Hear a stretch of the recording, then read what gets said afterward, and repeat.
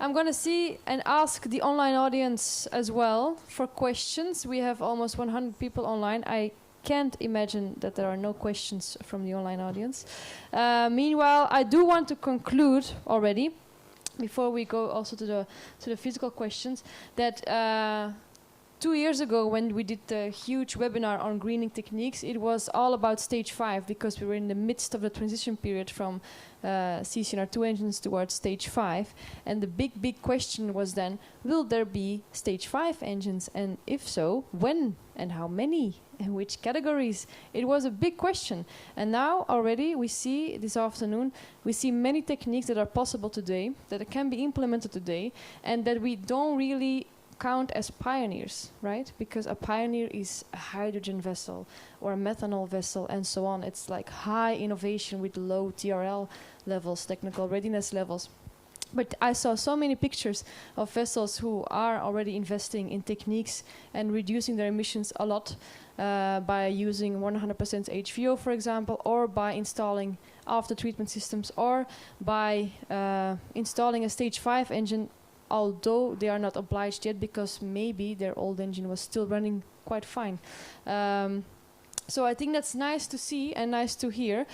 I'm gonna look in the physical audience. Are there questions? Yes. Only one question? First icebreaker. Thank you, Daisy. I find it quite appealing that none of the speakers told something, or I could also possible that I've missed it. But there was no one that said something about the average fuel consumption, because I find it very interesting to know that, because there's a lot of hearsay in the sector that a stage 5 engine consumes relatively more than a CCR2 engine. So I would like to know more about that. Who wants to answer that question of the suppliers? Raise your hand, suppliers. I'll be microphone lady. Yeah, okay. Good day. I'm not a speaker. My colleague Stan has spoken, but maybe introduce yourself also. I'm Sander Langenberg from Vink Diesel. If you compare the CCR2 engines to the newer generation engines, they are all fuel optimized.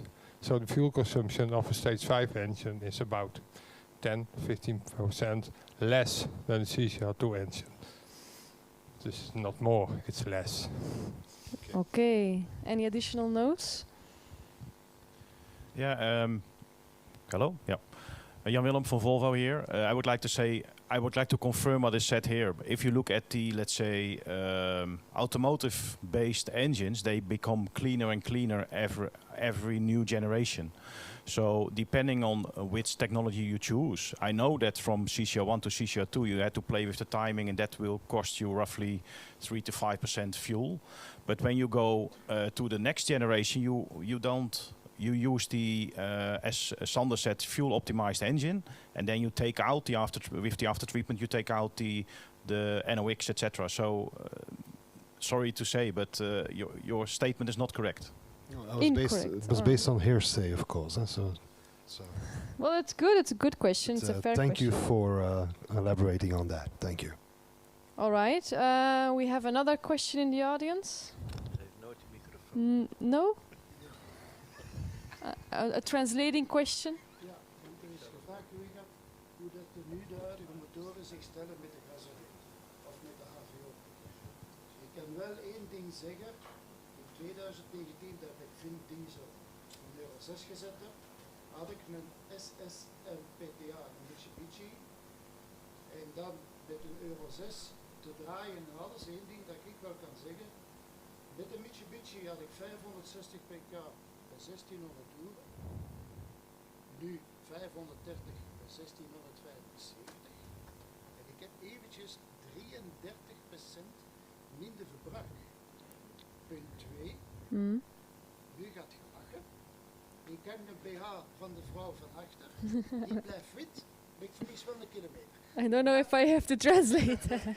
Maar ik kan ook nog één ding bij zeggen, de business diesel dat ik in heb, nu, de stem dat ik heb, staan we in de machinekamer en die draait draait 660 euro. Okay, so to summarize, your consumption, your fuel consumption changing to a Euro 6 Stage 5 engine has lowered by 33%. The exhaust emissions make blank clothing still blank. And the noise reduction is also quite high. It's quite a silent engine room. Yes, so that's the remark you would like to make. De tweede, het draait nu op HVO, 100%. And you're using 100% HVO. Maar geladen op met HVO. En ik kom leeg terug met gasoline. Hmm. En die doet gewoon niks. Die blijft gewoon zijn toeren houden. Okay. Hij blijft gewoon super maken. So you also have experience with doing 50-50%, 100% HVO on one trip, and the other one is normal fossil fuel. Yes, and you don't see any difference except that you should notice the circular impact on carbon dioxide emissions, I guess. Nog één dingetje. Mhm. De katalysator die doet zijn werk zo goed dat ik één buurman tegen hem praat. Ik sta vol aan vooruit, ik zet vol aan achteruit. Oh, buurman, wat doe jij nu? Ja, als je bumper wilt varen, dan moet jij maar weten. En je hebt het al eerst niet gemerkt dat ik vol aan achteruit stond, enkel op de GPS aan de kilometer zat. Dat ik afwerkte. All right. Dan bleef hij een kilometer aan. Yeah. Okay. So you are quite happy. That's what you're concluding, right? I think Finn Diesel is quite lucky to have such an ambassador in his room. So Het is niet voor de reclame, no, I know. I'm making a joke. het werkt heel perfect. Yes, you are very happy with new techniques. So the worrying we had 2 years ago that stage 5 would maybe have a lot of, like they say, sicknesses in Dutch.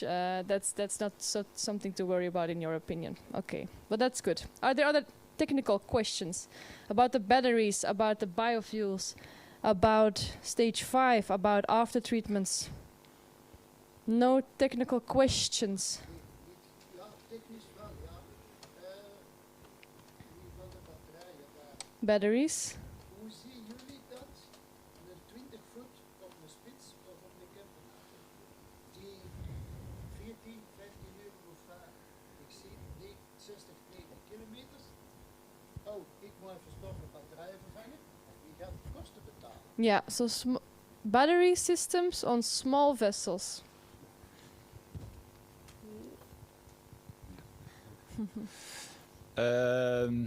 Yes, so it's a fair question. Right now, we focus on the typical ARA area with containers, so container vessels.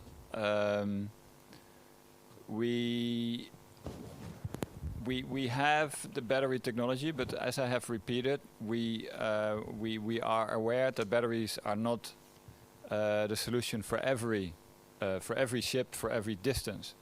So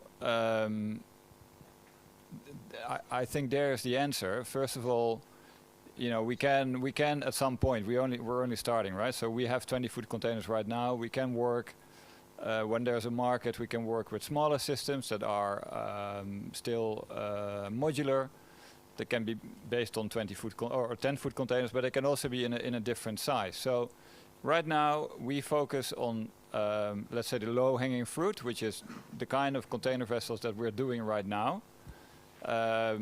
But yes, you know, if there's other type of vessels that, you know, that have a sufficiently large market for us that could still be operated with batteries, then that's for us, that's the next step. We will do it.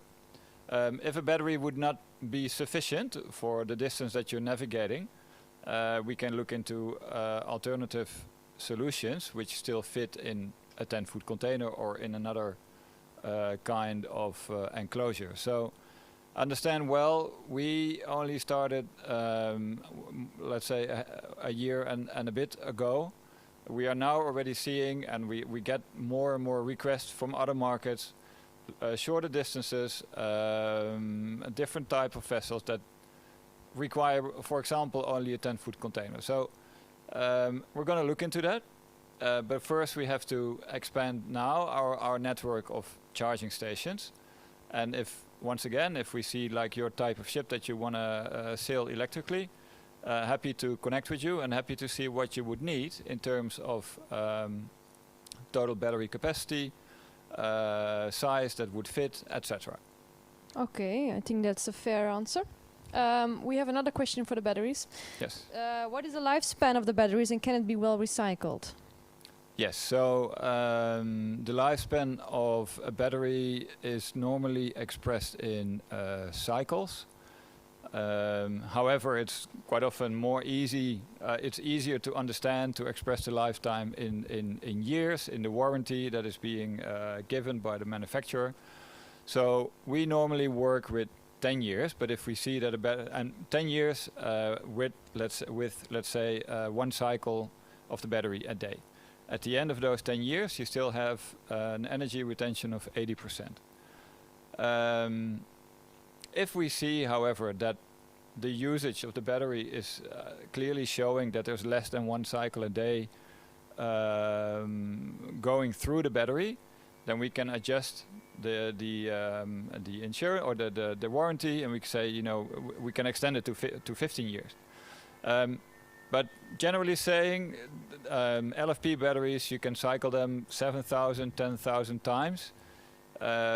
With a given, then your battery is still not broken, but you have lost some of your initial energy capacity.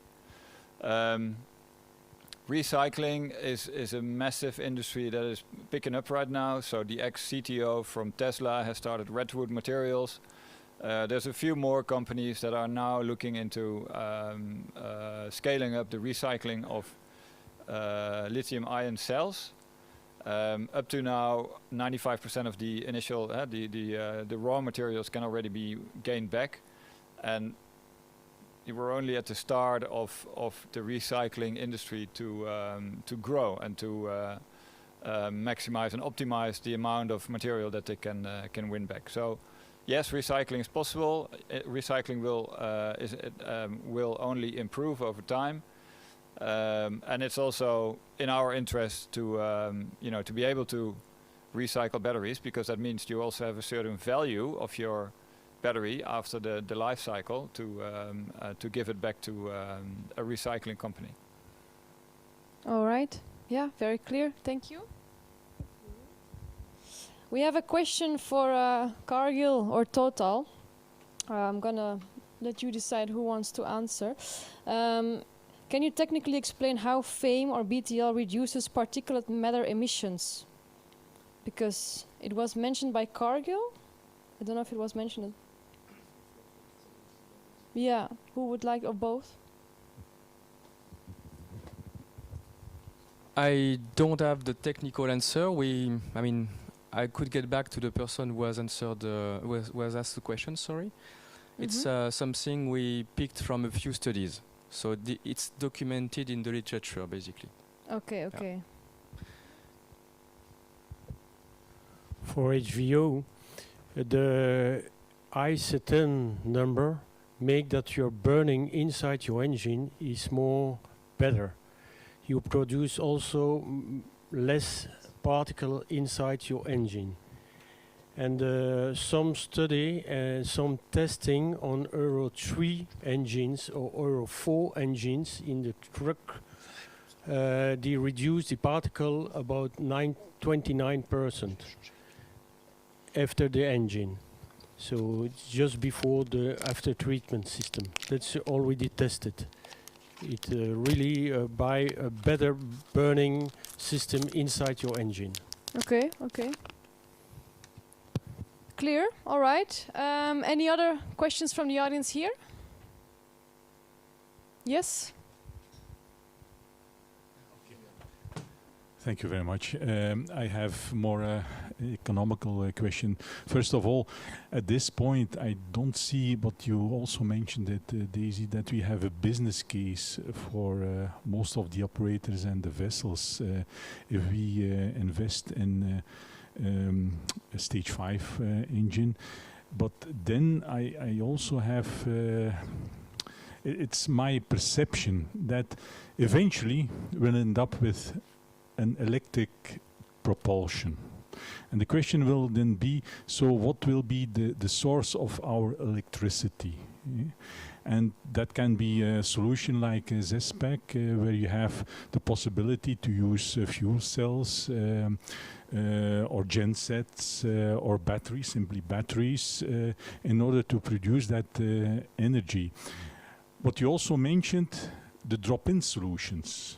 So at this point, and if we have a call for actions for the operators for the greening, should an operator, if you don't have at this point have a business case, invest in a drop-in solution that you can install with a CCR engine using FAME or HVO, or should you go to a more solution with innovative technology, electrical eventually, and then with the compatibility to different sources of energy? So that's a very, very tough question. Yeah, I completely agree. And it's maybe going beyond the scope of today, but I'll try to answer it for you. So what we are in the opinion of, and what we are trying to formulate to policymakers and on all levels of policy in general, is that if we focus on newly built, which is capable of looking at the newest modular ideas and so on and so on. If we focus only on those numbers, we will never reach a renewable fleet by 2050, because we have 16,000 vessels and we have around 100 new vessels a year.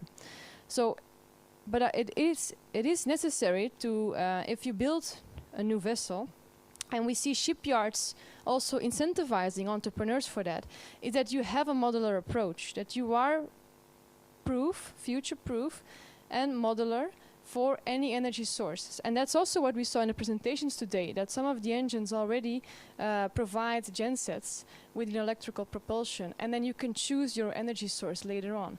But is that a solution for 80% of the fleet which has a working engine today? In my opinion, I don't think it's a solution for those vessels. And for those vessels, we have other solutions which already can make a huge step forward in the 10 to 20 years in between. And that's with HVO, biofuels, FAME, and so on for the climate emission reductions, and also with after treatment for the air polluting reduction emissions. So that's in a nutshell. But of course, this is quite a discussion topic, and I don't think we can summarize it in 5 minutes. Maybe we need a dedicated session on it in the future, and we can talk about it.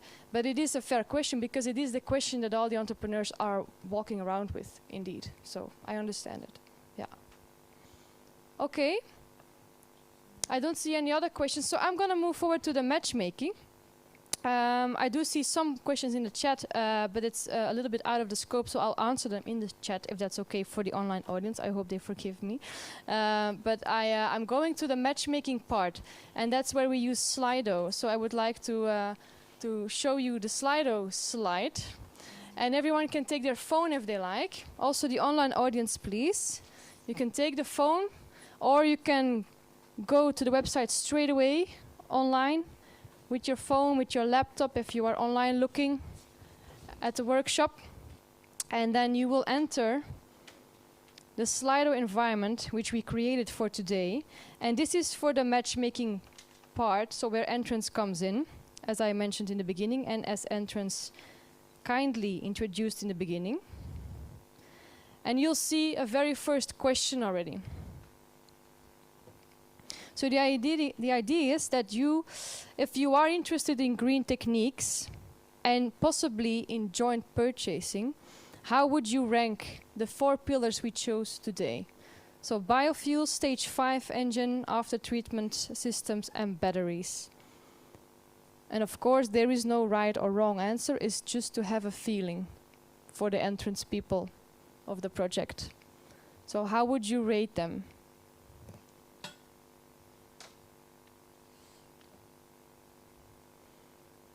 And I see some participants already coming in. That's nice.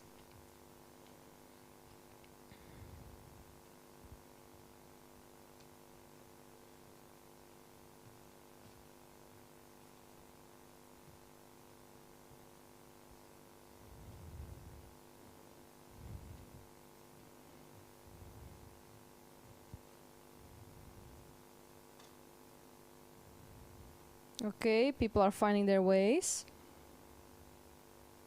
It's going quite equal though,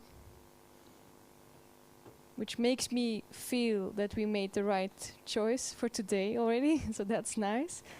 And of course, if you want to tackle greenhouse gas emissions, you have to look in these 4 options at biofuels. And if you want to tackle air polluting emissions, you have to look at after treatment. And if you look at batteries, it's a bit of both. So I still see some answers coming in, so I'm going to give it 1 more minute.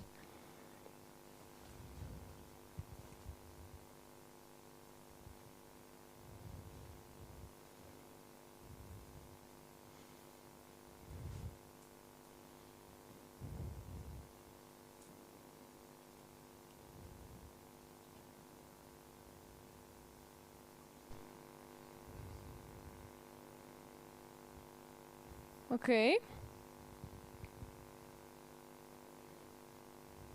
So it's going quite equally with stage 5 on top and then biofuels. Who voted for stage 5 on number 1? Yeah, on number 1. Yeah. Would you like to tell us why? I think as the regulations now is obligated, you have to put in stage 5. This will be for the next couple of years the main source of propulsion for the main for the ships. I think if there will be no further regulation, we will stay also this way. Only way to move, I think, the shippers is to put in regulation. Of course, there also need to be incentive to do this. Okay, no. Very fair. Who else?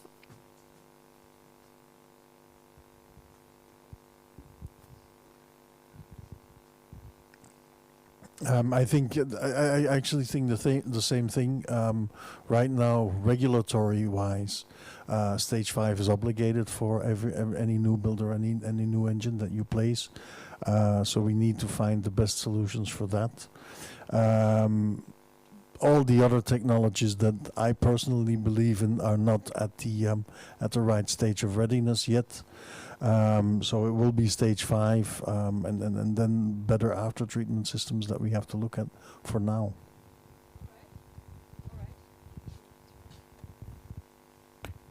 Yes, thank you very much. I'm gonna go to the next question. It's an open question. So you'll see it here. You can type whatever you want, and it's gonna be shown on the screen anonymously. So you don't have to worry that there's a name or something else linked to you. But the question is, do we need to include more companies and/or other techniques? And that's one of the questions that Entrance asked. If we continue with this workshop, where we try to make a match and go for joint purchasing and market uptake, do we need to include more companies and/or other techniques? So outside of these 4 pillars, we mean, technique-wise. And of course, the list of today, it's a list we summarized together of technology suppliers within our own network. We try to reach out to as many as possible. And of course, it's not an inclusive list, the 8 pitches you saw today. It's just to give you an idea. And I think it's already nice that we have 8, and there are more. So here we see more techniques if they are available. We see methanol, more e-fuels, shipyards, that's a good one indeed. Hydrogen storage suppliers.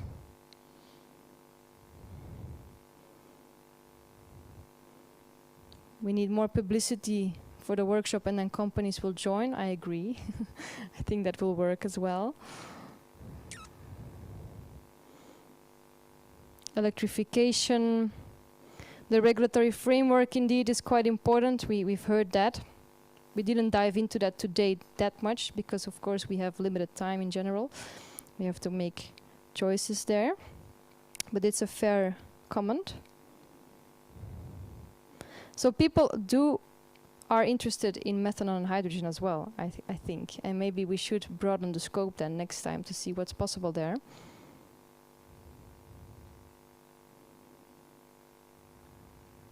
Classification societies, also very good one.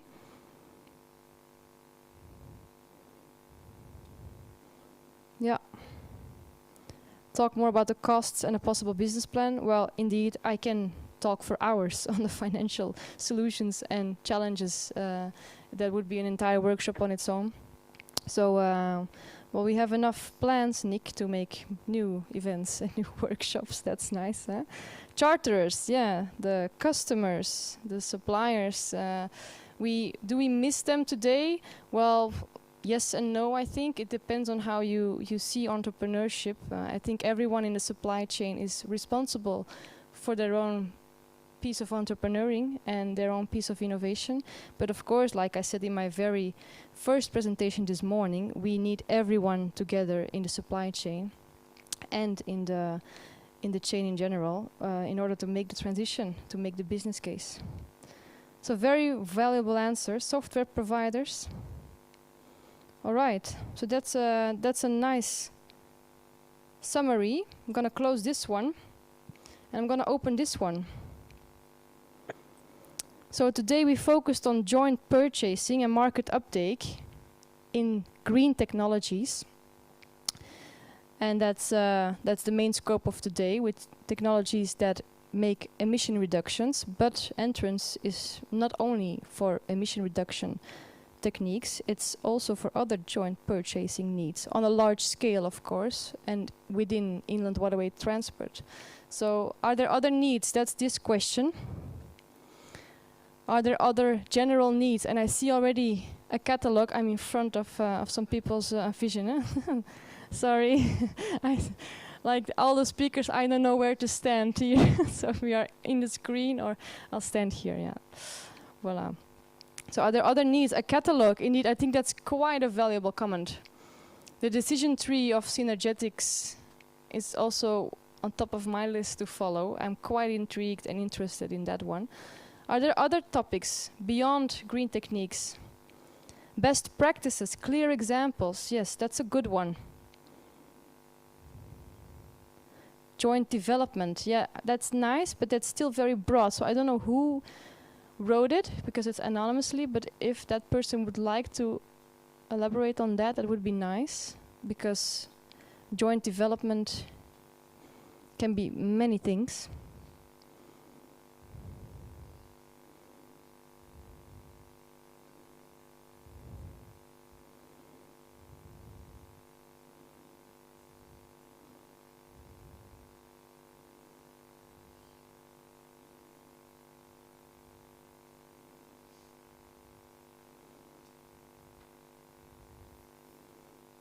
And the best practices, well, I know I can elaborate a little bit on that one.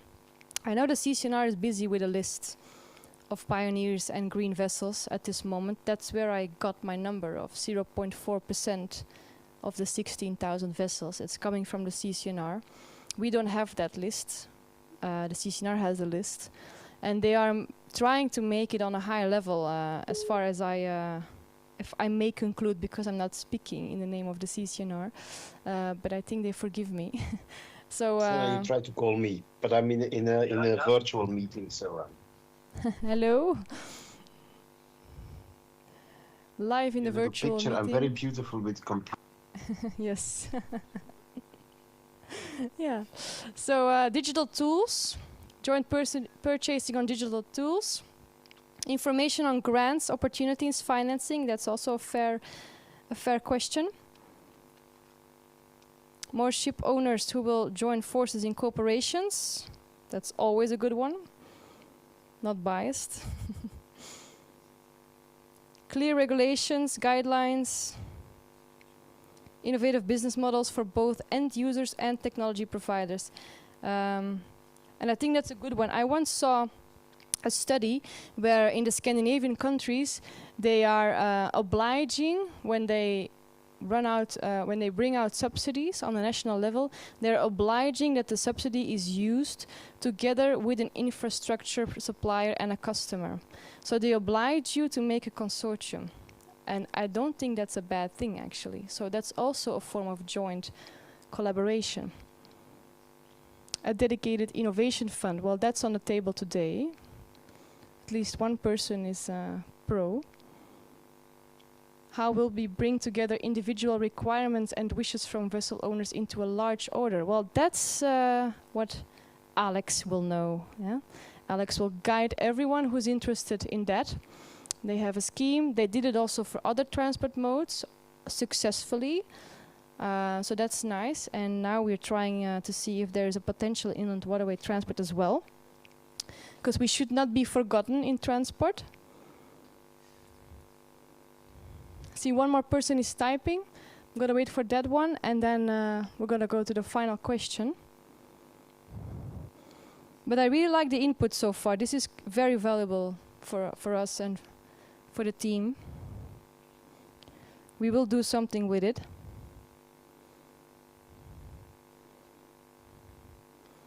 Two participants? Yes.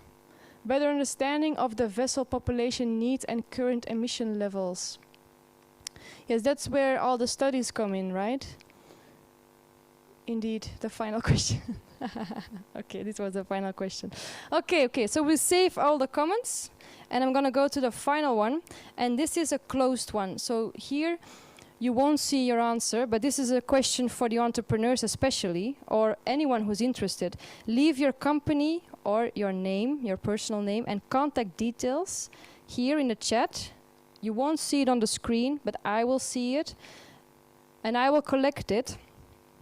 And the idea is that if you leave behind your contact details, you allow the IWT platform and the people of Entrance, so me and Alex, to contact you and to see if there are next steps possible. And then we will consider if we need another workshop or another session or something in that idea. And of course, we will broaden the message. This is just a first step.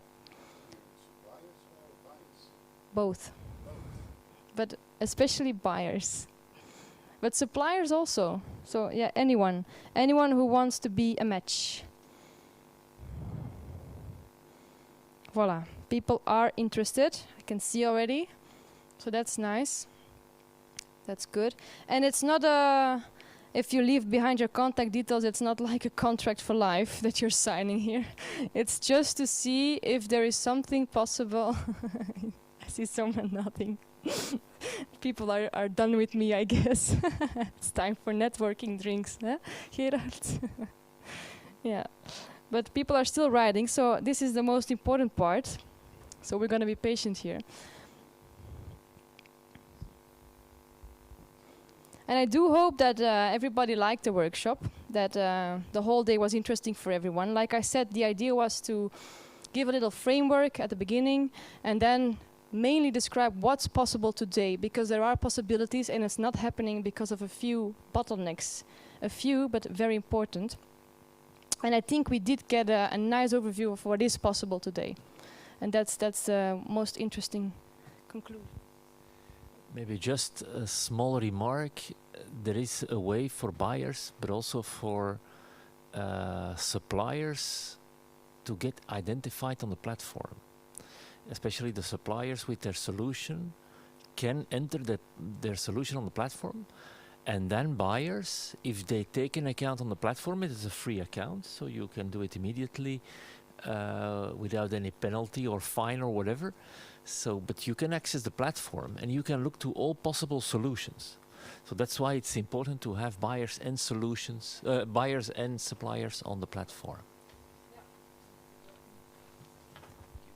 Yes, very, very true. It's not something we talked about today because it was not launched yet, right? The idea of Entrance and making a platform. But the platform is quite important. I think it's comparable with the IKEA catalog again. We're trying to make a platform where, as a ship owner, you can go to, and it's a lot more broad than the CESNI list. And for those who are familiar with the CESNI list, it's a list that states which engine suppliers are officially stage 5 engines, and it's a fair list and an important list because it's by regulation. But this list would be of everything, of all the things that are possible. So I think it's nice to see that that we can add a lot of suppliers on this list, which is non-existent at the moment. It's in development with people of entrance. And the input of today will of course be entered on this list. And I see many suppliers and also many ship owners here. My little phone, so that's very, very nice. Still someone is typing. So I hope everyone liked it today. I hope the suppliers liked it. I want to thank everybody for their interest in today's session. I also want to thank the team of the IWT platform, because it was hard work and it's only the first day. So my job's done here. But the people are continuing the whole week, because it's the Inland Navigation Week, and it's the first Inland Navigation Week ever hosted by the Inland Waterway Transport Platform. And I think that's quite a unique thing that the IWT platform is establishing here in collaboration with the department, the federal government, of course, of Belgium. So that's quite unique, and it's thanks to the support and also, of course, the money of the reserve fund. So it's all bottom up that's happening here. It's all from the ship owners, bottom up, that everyone can be here today, that we are doing these information sessions, that we have guest speakers, that we have studies, and so on and so on. So I think that's something to take into account, that this is coming from ship owners, and it is, of course, for ship owners as well in the broadest sense, and all the stakeholders who have something to do with it. Would you like to say something still, Nick? Yes, voila. Yes, yes, yes.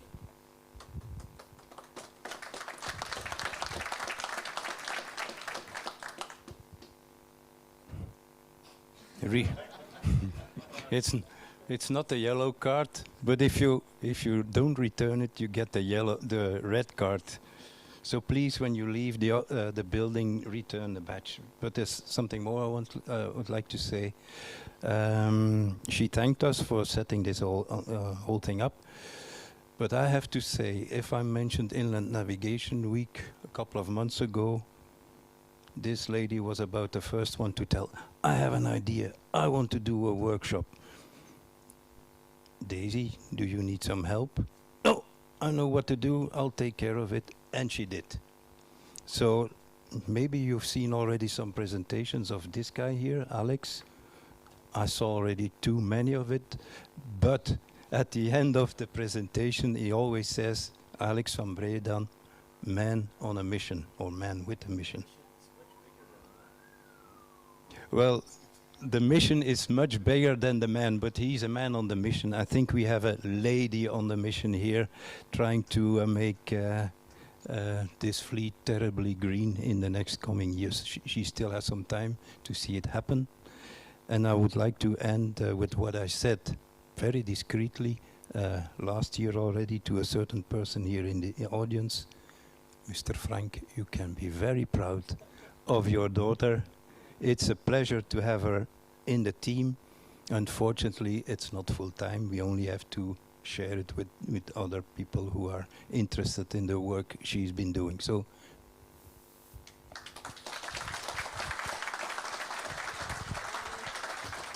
well, thank you very much. I think the red cheeks go well with my blue jacket. Thank you very much. And I also want to thank the online audience, which reached 100 people today.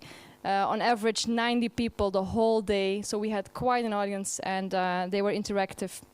I hope everyone liked it. And I invite everyone for a network drink who's physically here. And I hope the online people have some nice drinks as well. And next time they may be physical as well. So thank you so much.